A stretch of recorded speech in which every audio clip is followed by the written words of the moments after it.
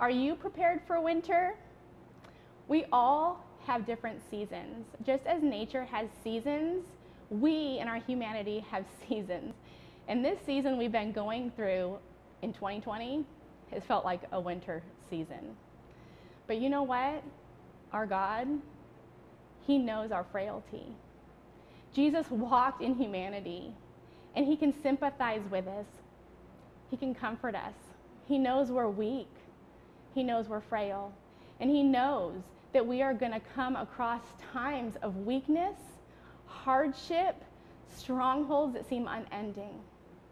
But He is there, and He wants you to know that you can come freely, you can come boldly to receive His comfort and His forgiveness. And He wants you to discover the power that He puts in you to overcome the strongholds, to overcome the trials, to overcome the heartache. He is there to give you power.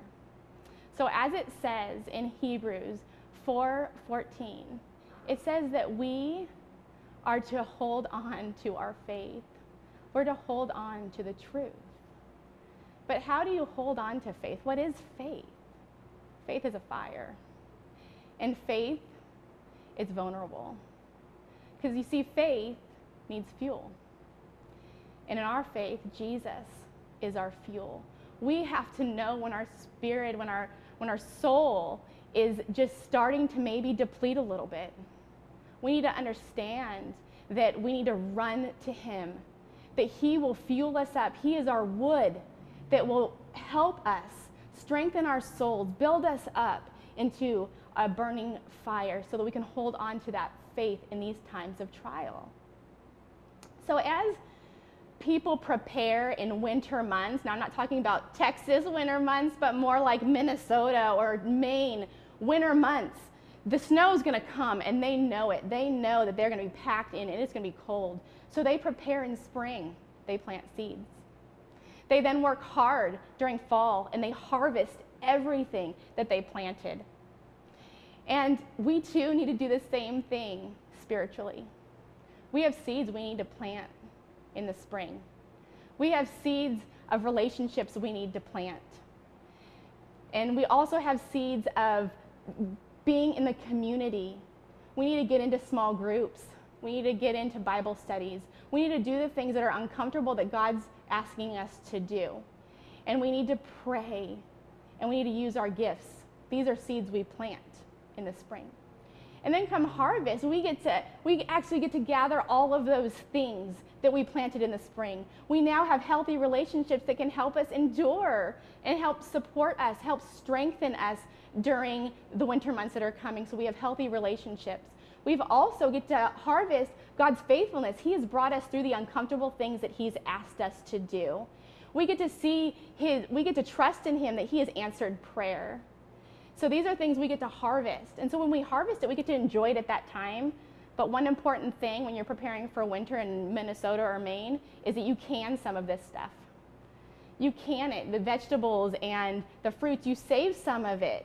You may jam it or pickle it, but you keep it for later. And to me, what that means is that you journal it. I've been journaling a lot this year.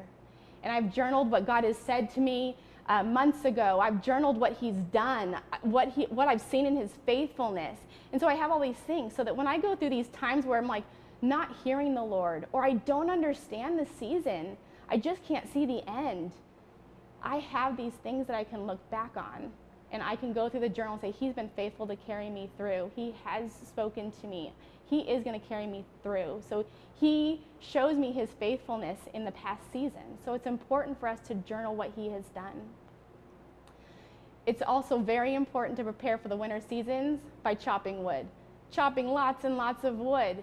And what's wood? Fuel. It's Jesus. It's getting into His Word. It's soaking yourself into the Bible, reading verse after verse, getting to know who your God is, getting to know His faithfulness, getting to know His character, getting to know that He's never going to leave you nor forsake you, that He's always there. And so it's important to come face to face, just as we do with that wood. If you're chopping wood, you're coming face to face with that. You're touching that wood.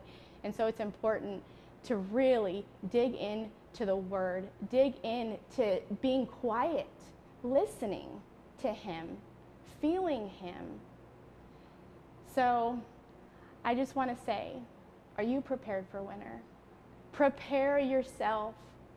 Be vulnerable. Know that you can't go through winter seasons by yourself. You need community. You need the Lord. He wants you to come freely. He wants you to come openly to Him. It's okay to be vulnerable. He already knows humanity. He knows we're weak. It's okay. It's okay to come to Him if you have strongholds. It's okay to come to Him if you don't know how to navigate. It's okay to come to Him brokenhearted. So come, because when you come, He gives freely. He doesn't just sympathize and comfort, but it comes with an action. He gives you His power. He puts it within you to overcome those trials, those temptations, those seasons, those darkness. He gives you the power to overcome it. But we must do our part. We must be vulnerable and honest with God.